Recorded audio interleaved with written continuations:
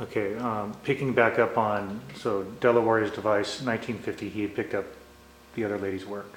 Yeah, Delaware learned from Rooster. Radionics became banned in this country. Delaware, working in England, wasn't interfered with by the psychopaths or the government. So he had an open field. It grew into a large field of research in England, which it still is. And Delaware, being a trained mechanical engineer, he could build pretty much anything he could dream up. So he started building these devices, and one of them that he made was there are many applications for radionics.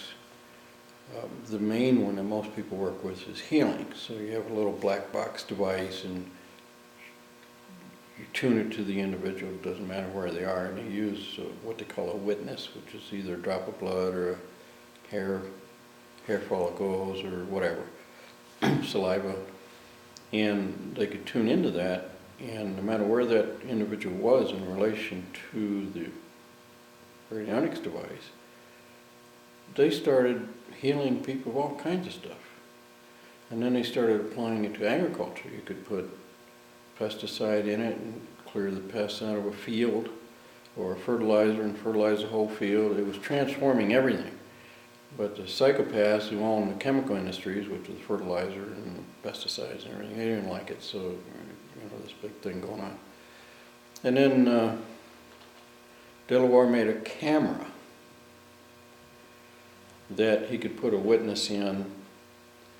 Let's say it was a patient living in the next town. So they could put saliva or blood drop in the witness thing, and they could take a photograph of the organs inside this person clear across the country, around the world. And it was absolutely stunning. They looked like, I've seen some of them, they look like x-ray pictures. And, and then they could treat the picture and everything, and they'd heal this person. And then he modified that into a photographic process where he could, the story that I remember was he took his wedding ring and put it inside the witness thing. And he took a photograph of his own wedding that took place 30 years prior to that photograph. And you could see the people in it and everything. It was an astounding feat. So my quest has been, how's all this stuff work? Here's a process that's been demonstrated to work. It's got these attributes. I got these psychic people put a camera on their forehead and take a picture of a building across the country. Same type of deal. Okay, how is this happening? I'm not going to be like standard physics. I don't have to prove myself to anybody. I just want to know how it works. And we've made a lot of progress in that field. Keeley put together the basic science and the physics, so we can bring that forward and say, okay, we can apply this, that, and the other thing to this process and recreate some of these amazing feats. I want to say right now that standard physics deals with the sensation world, the world of sense, hearing, feeling, touching. If you can't see it, doesn't exist type of idea. Whereas these guys, Lewis and Keeley and especially Tesla, they said, well, that's the world of effect. These are just effects. What causes these things? Here's what I'm after. What is the cause of this photograph that George Delaware was making? So we got to deal in cause and not effect. Well, all of science and engineering today is based on effect. So we need to go beyond that. Well, Tesla, or I don't know who came up with the word, but the word is scalar, which pertains to that realm of forces and energies that come into play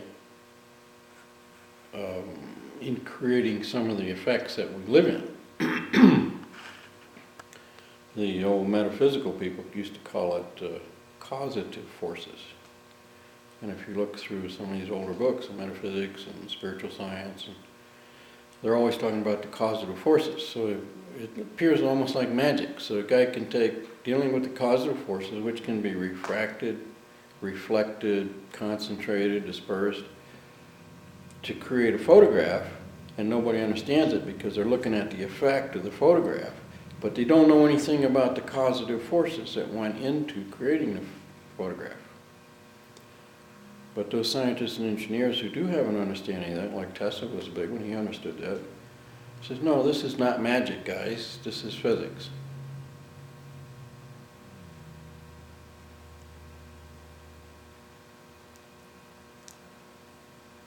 And there it is. I mean, what's been lacking is an intelligent paradigm that ties this unseen world within to the seen world. So we're talking about this device to pick up unseen, unhearable mind frequencies and reduce them down in frequency to where we can see it. I mean, there's nothing magical about it. There's nothing BS about it. I mean, you can't hear radio waves, right? And yet we're immersed in them. Take out your telephone, your pocket phone, there it is, That phone is transducing unhearable, unseeable, undetectable vibrations to an audible range. That's all we want to do. We just want to go to a higher frequency range. Bump it up, push the envelope a little bit. And that's all it is. There's no big mystery here. It's just, okay, how do you mechanically, how do you go about building this thing? And that's where we're at. It's great. And we're running out of battery, so why don't we stop down on the recording and just hang out and talk more about what you think, what direction we could go in.